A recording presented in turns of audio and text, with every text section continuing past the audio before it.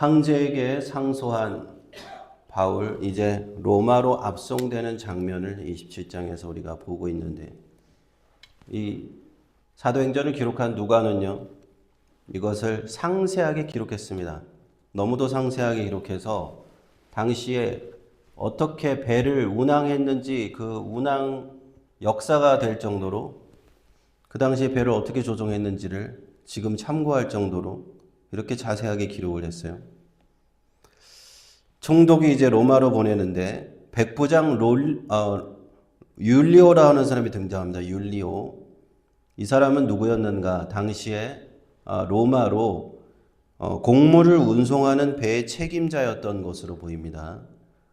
황제에게 이제 상소한 로마 시민인 바울을 데리고 이 사람이 자신이 원래 임무가 있어요. 곡식을 로마로 가져가는 임무가 있는데 거기에 더해서 바울을 데리고 가는, 안전하게 데리고 가는 추가 임무를 맡은 겁니다. 그래서 가이사랴 항구에서 이 배가 출발합니다. 팔레스타인 지역 가이사랴 항구에서 배가 출발해서 로마로 가야 되는데, 로마는 지중해를 쭉 이렇게 가로질러서 당시에 진짜 몇 달을 배를 타고 가야 되는 교통수단으로요. 몇 달을 배를 타고 가야 되는데 그냥 한 번에 갈 수가 없는 거예요. 그래서 중간중간에 이렇게 항구를 들려서 중간중간에 가야 되는 겁니다. 그 다음에 도착한 곳이 시돈이라고 하는 데 도착해서 3절에 보니까 율리오가 바울을 친절하게 하여 친구들에 가서 대접을 받았다라는 기록이 있죠. 가이사랴에서 조금만 올라가면 이제 시돈이라는 지역인데 거기에 친구가 있어요. 친구는 누구를 얘기하는가? 바로 거기에 있었던 기독교인 그리스도인들을 얘기하는 겁니다. 교회가 이미 시돈에도 세워져 있었어요. 스데반의 박해 때 피해서 갔던 기독교인들이 시돈 지역에 교회를 세우고 있었습니다. 그래서 사도 바울이 가면 유명한 사도 바울 선생님이 오시니까 거기에 형제들이 다 나와서 사도 바울을 만나는 거예요. 그래서 대접받음을 허락했다. 3절에 그렇게 나오는 것이고요. 그리고 또 이제 배는 순조롭게 그나마 그때부터는 출발을 했는데, 당시에 그 여름철인데 지중해가 있으면은 왼쪽 서쪽에서 강하게 바람이 불 때예요. 여름철에는 강한 서풍이 불기 때문에 천천히 배가 갈 수밖에 없습니다. 그 당시에는 모터가 없잖아요. 엔진이 없으니까 돛을 올려서 돛을 바람으로 가야 되는데 역풍이 불어보니까 빨리 갈 수가 없는 거죠. 그래서 천천히 구부로 해안을, 4절에 보니까 바람의 거스림을 피해서 구부로 해안을 의지하고 행설했다. 쭉 가면서 서쪽으로 계속 지금 이탈리아 로마를 향해서 쭉 가고 있는데 동풍이 불면은 금방 갈 텐데 서풍이라서 빨리 갈 수가 없는 거예요. 그래서 도착한 곳이 루기아의 항구 도시 무라성에 이르렀다. 이제 5절에 그렇게 나오고요. 거기까지는 무사히 항해를 했습니다. 이제 거기서 배를 갈아타게 되는데 6절에 보니까 알렉산드리아 배라는 곳이 나와요. 배가 이름이 바뀌었어요. 이 알렉산드리아는 어디입니까? 알렉산드리아는 이집트에 있어요. 애굽 땅 이집트에 있는 중요 도시예요. 그 알렉산드리아에서 출발해서 로마로 가는 배입니다. 근데 그 배가 거기에 잠깐 정박해 있는 것을 보고 그 배로 갈아탔습니다.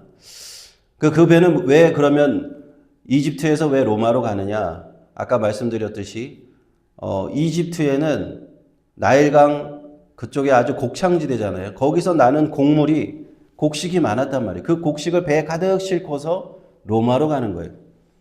로마는요, 그때 가장 전성기의 그 황금 시기를 누리고 있었는데, 그렇게 황금 시기를 누리려면은 식량이 풍부해야 돼요. 아무리 인구가 많이 늘으려면 먹을 게 있어야 되죠. 그 식량이 이집트에서 오는 겁니다. 이집트에서 와서 알렉산드리아에서 출발한 배가 이렇게 계속 곡물을 1년에도 수차례씩 계속 실어 나르는 거예요. 그래서 그 배로 갈아타서 이제 로마로 가는데 7절에 보니까 그 배도 더디 간다. 배가 더디 갔다라는 겁니다. 왜? 풍세가 허락하지 않았다. 바람이 자꾸 반대로 보니까 로마로 가야 되는데 갈 수가 없으니까 겨우겨우 그레데라고 하는 섬이 있어요. 그 로마로 가기 좀 밑에 그리스 남부에 그레데라고 하는 섬이 있는데 거기 미항이라고 하는 항구에 겨우 도착을 합니다. 도착을 해서 이제 좀 정비를 하고 기다리고 있는데 9절에 보니까 여러 날이 걸려서 금식하는 절기가 지났다 이렇게 기록했습니다. 금식하는 절기. 이때가 언제일까? 계산을 해보면요. 한 10월 5일 정도 됩니다. 10월 5일.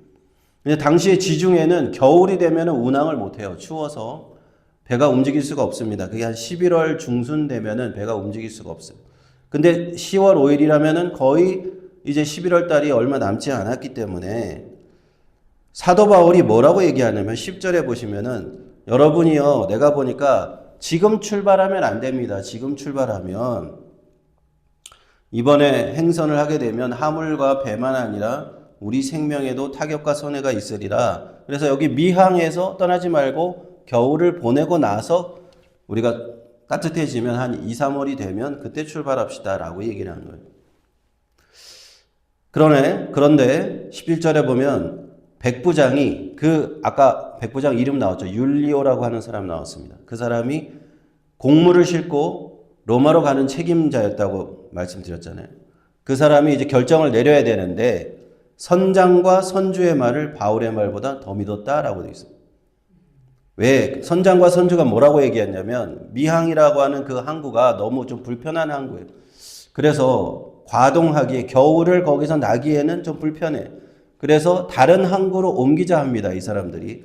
그 항구가 베닉스라고 하는 항구로 옮기자. 영어 번역에는 피닉스인데 이제 거의 어원이 같아요. 그래서 피닉스라고 항구가 그레데 서쪽에 조금만 며칠만 가면 있는 항구예요. 그쪽으로만 가서 거기서 겨울을 나면 좋겠다 하고 그 얘기를 했고 백부장은 그 사람들의 말을 믿고 바울의 말은 무시하고 출발한 겁니다. 그 사람들이 출발해서 13절에 보니까 남풍이 순하게 불매 저희가 득이한 줄 알고 출발했다라는 거죠. 이제 남풍이 불어서 조금만 가면 도착할 수 있는데 14절에 보니까 얼마 못 되어 섬 가운데 유라굴로라는 광풍이 대작했다라는 겁니다. 사실 로마로 가려고 한 것도 아닙니다. 그냥 조금만 가서 더 나은 항구에서 베닉스라고 하는 항구에서 거기서 겨울을 나자라고 하면서 출발했는데 이탈리아는 너무 멀어요. 로마는 갈 수도 없어. 너무 멀어서. 그런데 유라굴로라는 광풍을 만나요. 그 짧은 항해 속에 그 유라굴로라는 거는 원어를 보면은 유로스 동풍과 아킬로 북풍의 합성어인데 북동풍을 얘기해요. 아주 강한 북동풍이 그때 부는 약간 태풍과 같은 그 유라굴로라는 광풍을 만난 겁니다. 그래서 이제 배가 원하는 항구로 갈 수가 없이 이제는 바람에 떠밀려서 흘러가고 계속 흘러가는 거예요. 가다가 16절에 보니까 가우다라는 작은 섬을 지나서 간신히 거루를 잡아 끌어올렸다라는 거. 거루가 뭘까요? 저도 거루가 뭘까 해서 찾아봤더니만 이 큰 배 뒤에 달고 다니는 작은 배를 얘기하는 거예요. 그러니까 평소에는 이 작은 배를 달고 다니는데 이렇게 날씨가 안 좋으면 배를 끌어올려서 본체에 올린다고 합니다. 안 그러면 이 소형 배가 침몰하면은 큰 배도 같이 침몰하기 때문에 거루를 끌어올렸다. 그리고 줄을 가지고 선체를 둘러 감았다 그랬죠. 그 당시에 배는 지금 배하고 완전히 틀려요.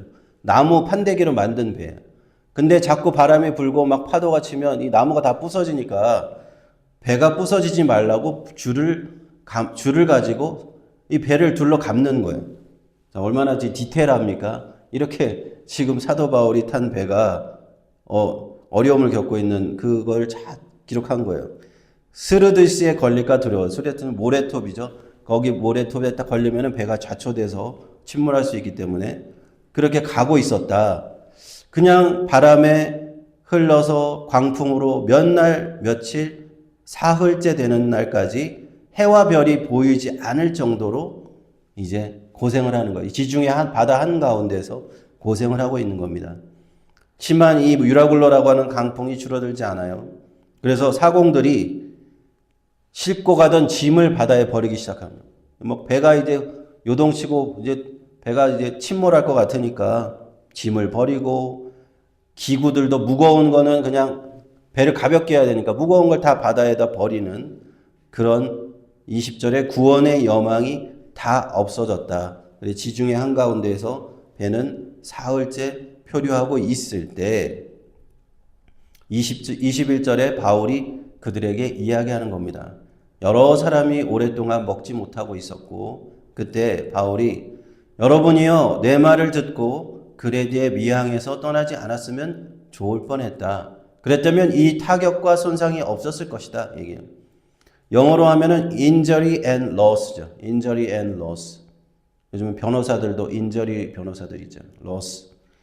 타격과 손상이 하나를 면할 뻔했는데 그러나 22절에 보니까 하나님께서 이렇게 말씀하셨다는 거예요. 너희 중에 아무런 생명의 손상은 없고 배만 손상이 있겠다.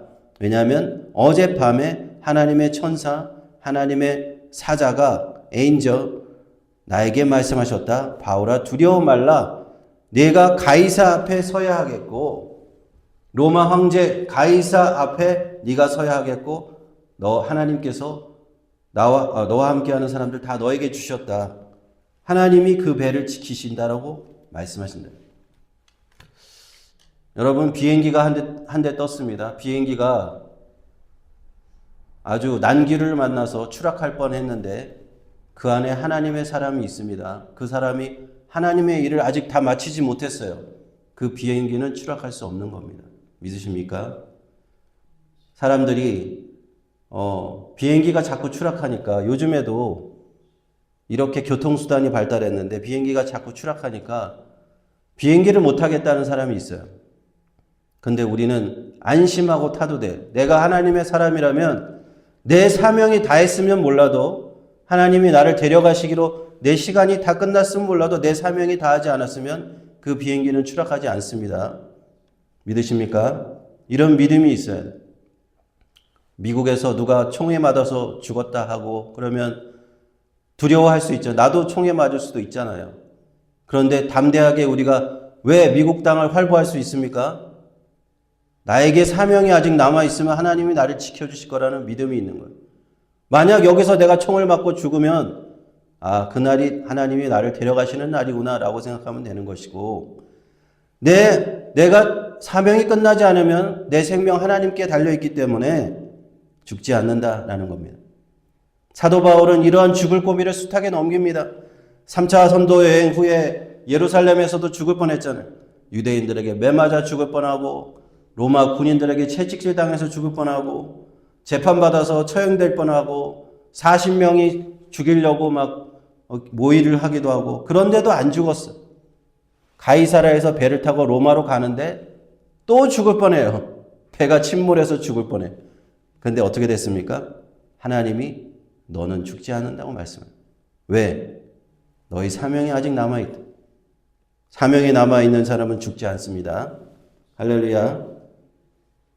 그렇게 우리는 주님 앞에 사도 바울이 가이사 앞에 서야 되기 때문에 로마 황제 앞에 가서 복음을 전해야 되고 그렇게 해서 로마에 교회를 세우고 나중에 로마가 기독교 국가가 되는 걸 초석을 놓아야 되는 사람이 사도 바울이에요.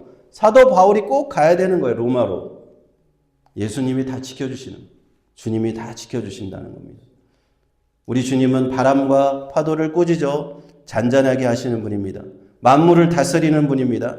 주님의 하나님이 허락하지 않으면 참새 한 마리로 떨어질 수 없다고 그랬어요. 우리의 생명 다 주님 앞에 있습니다. 그러므로 우리 두려워하지 마시고 우리 믿음으로 담대히 나아갑시다. 하나님이 내 생명 붙잡고 계시다. 하나님이 나를 생명 거둬가는 그날은 하나님이 데려가시겠지만 그날이 오기까지는 하나님 남은 사명이 있기 때문에 나에게 사명 맡기신 겁니다. 그래서요. 두려워할 필요가 없는 거예요. 우리가 주님 앞에 갈 때까지 우리는 그냥 바울처럼 살아가면 되는 겁니다. 믿음으로 살아가면 되는 겁니다. 주님 앞에 다 맡기고 담대하게 나아가면 될 줄 믿습니다. 기도하겠습니다.